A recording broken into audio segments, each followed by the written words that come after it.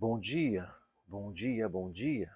Eis-nos aqui, meus amados, minhas amadas, outra vez, para trazer-lhes a palavra do Senhor, para trazer-lhes a instrução do Senhor, nosso Deus. Bom dia, amados acolhedores, família e irmã, sejam todos muito bem-vindos. Já cheguem aqui na nossa live, deixando os likes, os corações, os comentários, todas aquelas manifestações que tanto ajudam, elencam e fortalecem o nosso ministério virtual. Já chega aqui, então, deixando seu joinha, deixando seu gostei. O nosso endereço aqui no YouTube é o Clovis Man. Se inscreva no nosso canal, ativa o sininho e compartilhem o nosso canal o máximo que vocês puderem. Clovis Man é o nosso endereço aqui no YouTube, tá bom? Já fez isso, deixou seu graça e paz, sua saudação, escreva aí. Eu desejo a todos um dia abençoado, um dia de sucesso, um dia de bênção e de crescimento na presença do Senhor. Vamos à palavra do Senhor agora. Nós estamos na primeira carta de Paulo aos Coríntios, nós demos o seguinte título para esse capítulo: maior acontecimento de todos os tempos. Meu Deus do céu, o maior acontecimento, e isso já deu pano para manga, o fato da vinda de Cristo, morte de Cristo, sepultamento de Cristo, ressurreição de Cristo. Meu Deus do céu, como isso dá o que falar. O capítulo 15 talvez seja o maior texto sobre morte, sepultamento, ressurreição de Cristo. Talvez seja, não sei dizer com propriedade agora, mas talvez seja o maior capítulo, sim. Nós temos uma carta inteira falando esporadicamente sobre isso, que é as duas cartas aos Tessalonicenses. Mas aí ela entra mais nos detalhes, né? Tá bom? A carta aos Tessalonicenses tem como palavra central a volta de Cristo, a vinda de Cristo nos céus, tá bom?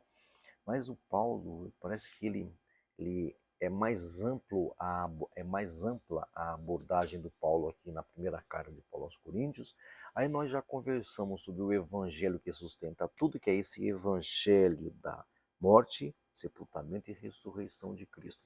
A ressurreição é testemunhada. Paulo então traz documentos, né? Ele traz testemunhos. Testemunhos são documentos. Ah, quais são os documentos? Os testemunhos das pessoas, ué.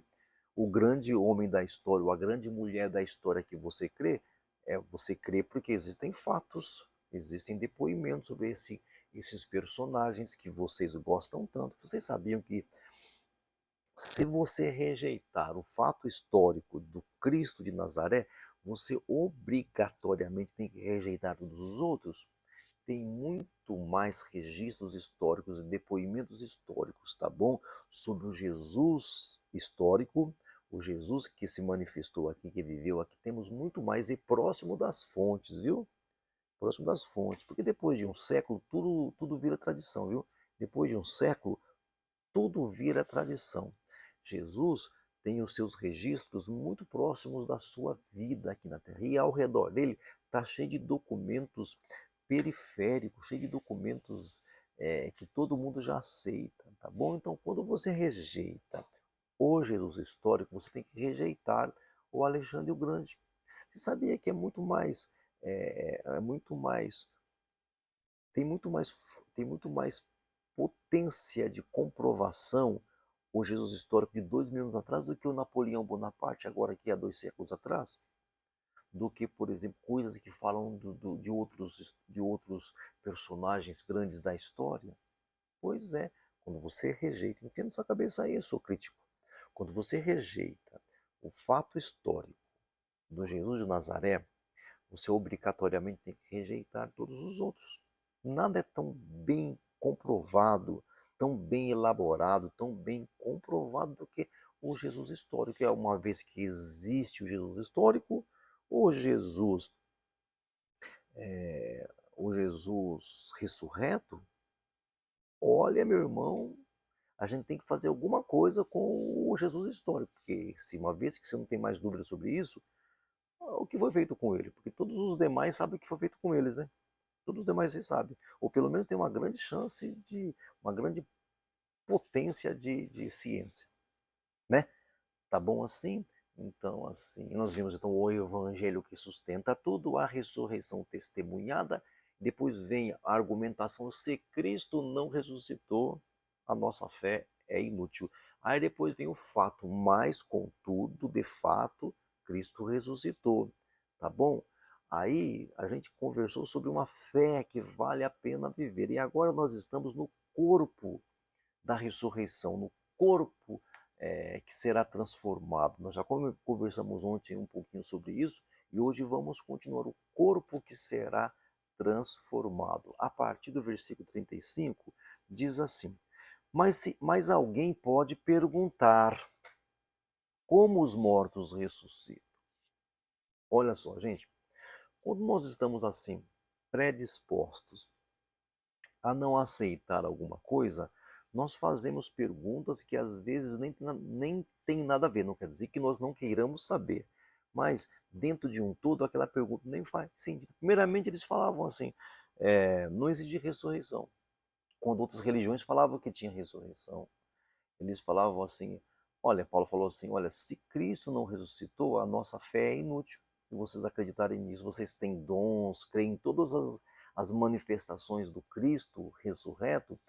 E como é que vocês falam que não tem ressurreição se as outras religiões falam que tem? E outra coisa, se não existe ressurreição, o seu Senhor que te perdoou, que te salvou, que te deu dons, também não ressuscitou. Então, o Paulo, então, agora ele propõe isso daqui, ó. Mas alguém pode perguntar: como os mortos ressuscitam? Primeiramente, assim, como é que vocês falam se não tem ressurreição, se o Salvador de vocês ressuscitou? Se o Perdoador de vocês ressuscitou? Porque se não existe ressurreição, vocês estão nos seus pecados. Aí vocês perguntam: como os mortos ressuscitam? Com que espécie de corpo virão? Eu aceito que nós temos dúvida, a gente quer saber das coisas. Eu aceito isso. Mas muitas vezes a pergunta é só para desviar a atenção. É só para encher as paciências. Muitas vezes as perguntas, gente, é só para encher as paciências. Sabe aquele aluno lá do fundão que fazia pergunta para o professor, só para o professor não trazer mais conteúdos? Sabe os alunos? Bom, pelo menos na nossa época era assim, né? Sempre tinha um engraçadinho, um conversador, que fazia perguntas nada a ver para o professor, só para o professor não entregar mais conteúdos, e a gente não ter mais conteúdo para estudar. Não sei se hoje, acho que não, mas na minha época isso era muito comum. Então, essas perguntas tolas assim, eu vejo, vou repetir, eu aceito as dúvidas, eu aceito que nós queiramos aprender mais. Eu entendo que a gente gosta de saber das coisas, entendeu? Mas aqui ele vem, vocês falam que não tem ressurreição. Como é que não tem ressurreição? Vocês falam que Cristo não ressuscitou. Se não ressuscitou, olha só, vocês estão nos seus pecados e vocês são os mais bobões da terra. Os mais bobões, porque a gente está negando, renunciando. Como é que você fala? Aí vem essa daqui. Como os mortos ressuscitam? Com que corpo? Paulo responde. Paulo responde. Entendeu? Alguns perguntavam: como ressuscitam os mortos? Aí Paulo vai usar a metáfora da semente. A semente morre, mas dela nasce algo novo. Mesmo formato, mesmo jeito, só que transformado. Não é mais aquela matéria podre, desgastada, cansada, mas uma outra matéria. E é lógico que isso aqui é tudo sombras, viu? Essa aqui é só uma ilustração, é só uma metáfora. Tudo bem? É só uma metáfora para mostrar assim: ó, o que era velho apodreceu e nasceu uma outra fruta aqui, ó. Tudo novinho, a fruta inteira, cheio de sementes dentro da fruta. O formato é daquela fruta que eu semeei. Não é assim, eu semeio laranja e colho banana. Não é isso. O nosso corpo foi semeado, eu vou colher agora um polvo gigante, uma baleia. Não, sou eu mesmo que volto, sou eu mesmo, Clóvis mesmo, mesmo formato do Clóvis, com perfeição, com glória que volta. Então, eles falam, mas alguém pode perguntar, como os mortos ressuscitam? Com que espécie de corpo virão? Insensatos, tolos, o que você semeia não nasce a não ser que morra. Isso é o que nós vemos na natureza. Nós vemos na natureza. Quando você semeia, não semeia o corpo que virá a ser, mas apenas um simples grão, como de trigo ou de outra planta, mas Deus lhe dá um corpo segundo a vontade dele. Então já existe já algo que o Senhor já criou. Existe uma lei já, do mesmo jeito que eu jogo uma semente de laranja e nasce uma fruta com cara daquela fruta e com a semente igual àquela semente, só que agora com uma nova matéria renovada, não mais envelhecida, completamente nova, do mesmo jeito acontecerá no corpo da ressurreição. Só que veja bem, a metáfora é limitada para falar do potencial desse novo corpo, mas o formato é o mesmo. Eu serei reconhecido, apenas vou ser muito mais polido, lustrado, glorificado. Há um peso de glória. Quando os discípulos não reconhecem Jesus, não é porque Jesus veio diferente, ele tinha o rosto oval, agora veio com o rosto quadrado. Não é que Jesus agora veio diferente. Não, é porque agora esse corpo fraco, diminuído, apodrecido, embolorado, enrugado, agora vem um corpo de potência, um corpo glorificado, mas é o mesmo corpo. Dá para reconhecê-lo ainda. Dá para reconhecer. Tanto é que ele faz questão de vir com as marcas. Ele fala assim: olha aqui nas minhas mãos as marcas dos cravos. Só que é tudo isso glorificado. Então a metáfora não atende todos os lados, não atende todas as dúvidas a metáfora. Apenas uma, um resultado generalizado. É muito bonito, é muito forte, é muito vigoroso, é esplêndido, é glorioso. Essa nova fruta que vem da semente apodrecida, ela é bonita, ela é viçosa, ela é forte, ela tem potência. E outra coisa, não apenas uma semente, mas inúmeras sementes. Aquela semente gera um fruto, dentro desse fruto temos várias sementes. Alguns frutos dão várias sementes. Exatamente isso. E mesmo que dê uma semente só, essa semente só quando semeada e ela germina, vira uma árvore, tem vários frutos. Se tem vários frutos, tem várias sementes. Uma semente só pode virar várias sementes. Já pensou assim? Então, assim, a metáfora não atende todas as questões, só a questão principal de que é um novo corpo, é um corpo glorificado, é um corpo de glória, é um corpo forte.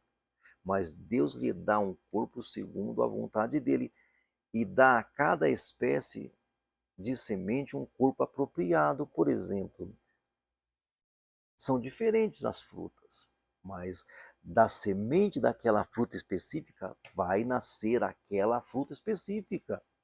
Não é assim, eu semeio semente de abacate e nasce manga. Não, não tem isso. É segundo a espécie. E aqui nem é a espécie, né? É o nome daquele fruto. Vamos pensar no nome. Uma espécie é algo mais profundo. Mas o nome daquele fruto. Eu semeei uma fruta chamada manga, eu não colho uma fruta chamada maçã ou banana. Não, não. Então veja, é segundo, aqui usa a palavra espécie, né? Espécie frutos, espécie hortaliças, espécie animais e por aí afora vai. Né? Nem toda carne é a mesma carne. Ele continua expandindo a ilustração. Nem toda carne é a mesma carne. Então assim ele fala, tem a carne dos peixes, tem a carne das aves, tem a carne dos animais que andam sobre a terra, os bovinos, entendeu? Tem a carne de todas as espécies na terra. Cada carne tem uma especificidade, tem uma particularidade, entendeu? Aí ele vai começar a falar sobre os seres pensantes. Então, nem toda carne é a mesma carne. Os homens têm uma espécie de carne, os animais têm outra carne de espécie, as aves têm outra carne, os peixes outra carne. E também existem os corpos celestes, também os corpos terrestres. Contudo, o esplendor dos corpos celestes é um, a glória, o esplendor dos corpos celestes é um, e o dos corpos terrestres é outro. Um é o esplendor do sol, outro é o esplendor da lua, o outro é o esplendor das estrelas. Cada estrela tem o seu próprio esplendor. Assim será a ressurreição dos mortos. O corpo que é semeado é perecível e ressuscita imperecível. Então veja, tudo isso aqui é uma ilustração, é uma metáfora que nos ensina algo. Não responde todas as questões, não responde, mas ela aponta para algumas coisas muito importantes. Por exemplo, ele fala, nem toda a carne é a mesma.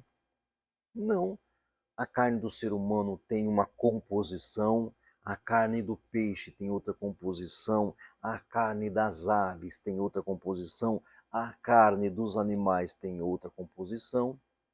O corpo celeste também, o corpo celeste do Sol tem um esplendor, o corpo celeste da Lua tem outro esplendor, o corpo celeste das estrelas tem outro esplendor. Ele mostra isso para dizer o seguinte: nós vamos ressuscitar com aquilo que foi pensado para nós, para você e para mim. Que coisa linda! Então, a metáfora não responde tudo, mas responde boa parte das nossas questões. Do mesmo jeito, existem, porque assim, existem os animais, os seres vivos. Os seres vivos, a carne do peixe não é a mesma carne das aves. A carne do boi não é a mesma carne das aves. Não é a mesma carne, é diferente a carne. E nós comemos todas elas, mas aqui só serve para dizer o seguinte: a carne é diferente. A carne dos seres humanos também é diferente. Existem carnes mais duras, carnes mais moles, carnes mais suculentas, carnes menos suculentas. Percebe? Então, Paulo usa a metáfora aqui, primeiro da semente, que vai morrer e produzir outra semente, um outro fruto. Novo, renovado, transformado. Nada a ver com a primeira com relação à potência, porque agora essa nova tem mais potência do que essa que morreu aqui. Quase que sempre, né? Mesmo que morra jovem, né? Quase que sempre. Então, ele diz aqui, os mortos ressuscitam do mesmo jeito que uma semente ressuscita. Do mesmo jeito, uma semente eu jogo na terra, ela não morre para viver, nós também morremos para viver eternamente. E digo-lhes outra coisa, de acordo com a Escritura, todos ressuscitarão, uns para a vida, outros para a vergonha eterna, para o sofrimento eterno. Aí tem uma discussão enorme sobre isso, né, irmãos? Então, como ressuscitam? Como ressuscitam os mortos? Paulo usa então a metáfora da semente, do mesmo jeito que a semente morre e nasce algo novo, assim será na ressurreição. O corpo que é semeado em fraqueza ressurge em glória. O que hoje é limitado será transformado. Vamos crer nisso? Vamos repetir isso? A semente morre, mas dela nasce algo novo. Assim será na ressurreição. Esse corpo que será semeado nascerá, renascerá, ou virá, ou ressurgirá algo novo. O corpo semeado em fraqueza ressurge em glória. E aí ele vai usar então os corpos celestes. Então ele pega a semente para falar de ressurreição. E que as sementes são diferentes. Agora, uma vez que aquela semente específica é semeado, ela vai gerar uma semente semelhante a ela, só que agora forte. Então aqui é limitado a metáfora, tá bom? Então assim, porque a metáfora da ressurreição fala de um corpo que não morre mais, que não sofre mais. A semente que morre e ressuscita e nasce de novo, ela nasce e morre outra vez. Ela nasce e morre de novo. A semente semeada é mais forte, é viçosa, é gloriosa, é bonita, é bela, dá inúmeros frutos. Sim, aquela única semente dá muitos frutos, então ela tem uma potência em si. Só que ela volta a envelhecer e apodrecer e morrer de novo. Aí ele pega esse pedacinho para falar da ressurreição. O nosso corpo também é uma semeadura. Nós morreremos e ressuscitaremos. Agora, aí acaba a metáfora. Aí acaba a metáfora.